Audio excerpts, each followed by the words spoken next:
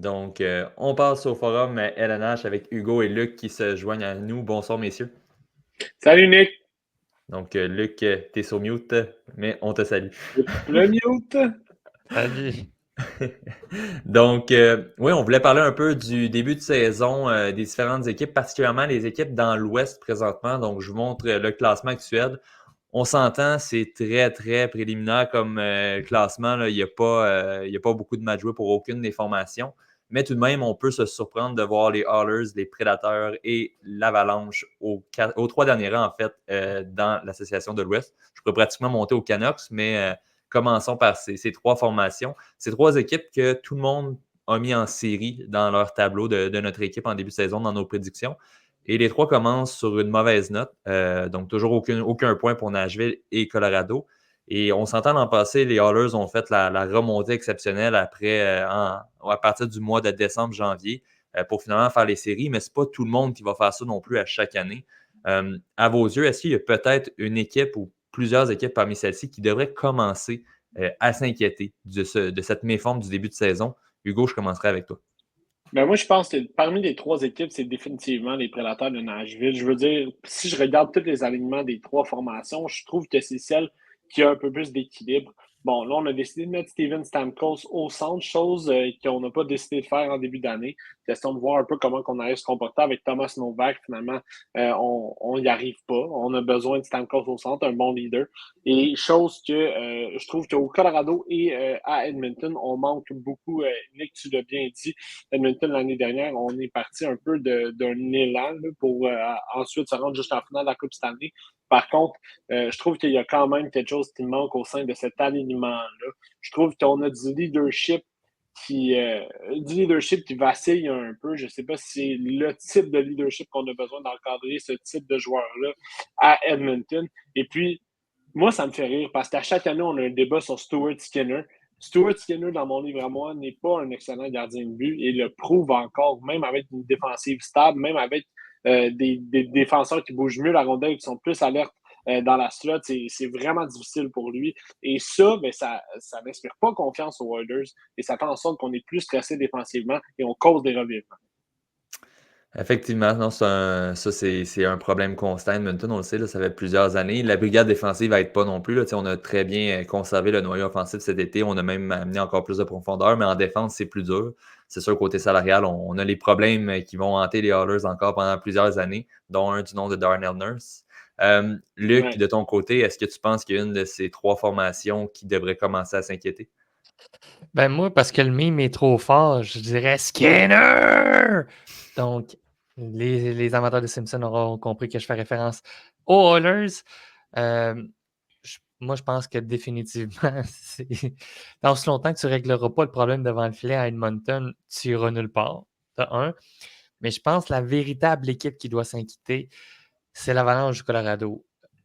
Tu sais, je comprends très bien qu'il y a des joueurs qui vont payer dans la dizaine de millions de dollars individuellement, sauf qu'il y a un prix à payer en bout de ligne. Puis malheureusement, on va le voir dans les meilleures formations où est-ce que les joueurs ne font pas de concessions. Je m'excuse, mon Colorado, tu as une des meilleures défensives, à mon avis. Et je pense que le problème au Colorado, c'est qu'on n'a pas été en mesure de pallier au départ de Philippe Grubauer qu'on avait laissé partir parce qu'effectivement, il demandait déjà trop cher. Mais c'est sûr que la question qu'il faut que tu te poses aussi, c'est bien beau pas marquer de points, un gardien qui ne fait pas le travail devant, mais ta liste de blessures est longue comment? Puis en ce moment, l'Avalanche, il est là le problème. C'est si tu démontres que tu n'as pas de profondeur pour pallier à des grosses pertes non plus, je ne dis pas de soutenir la cadence pendant 2 mois avec des joueurs de la Ligue américaine, mais si tu n'as pas des joueurs de la Ligue américaine qui peuvent compenser 2 semaines, 3 semaines pour pallier à des bonnes absences,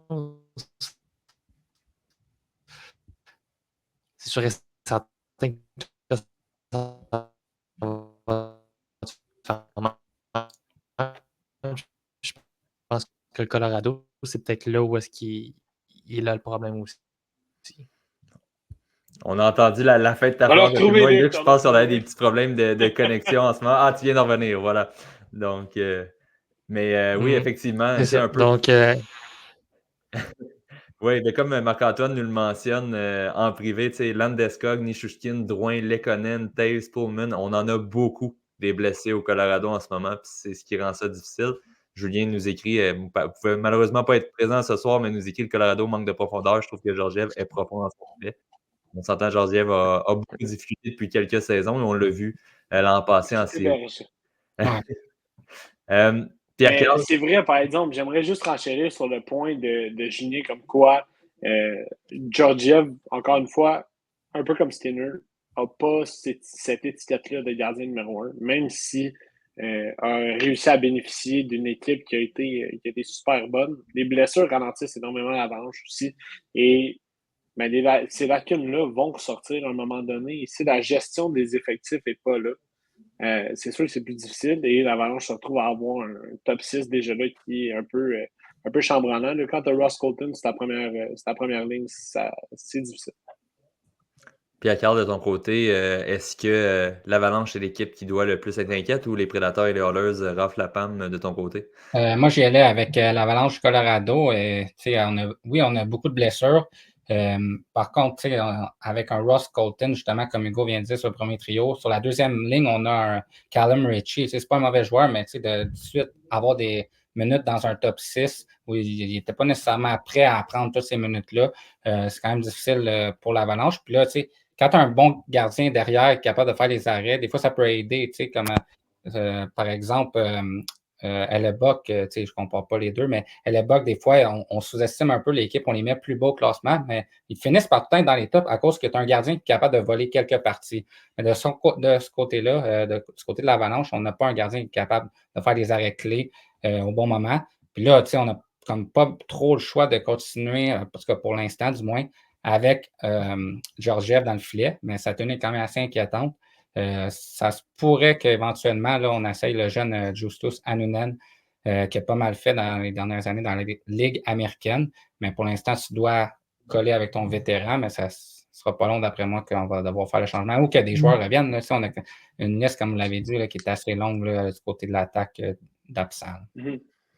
Ouais, mais de mon côté aussi, c'est l'Avalanche qui m'inquiète davantage. Je me dis, les Prédateurs, évidemment, ont quand même fait beaucoup de changements dans l'entre-saison, donc peut-être un peu de temps d'ajustement.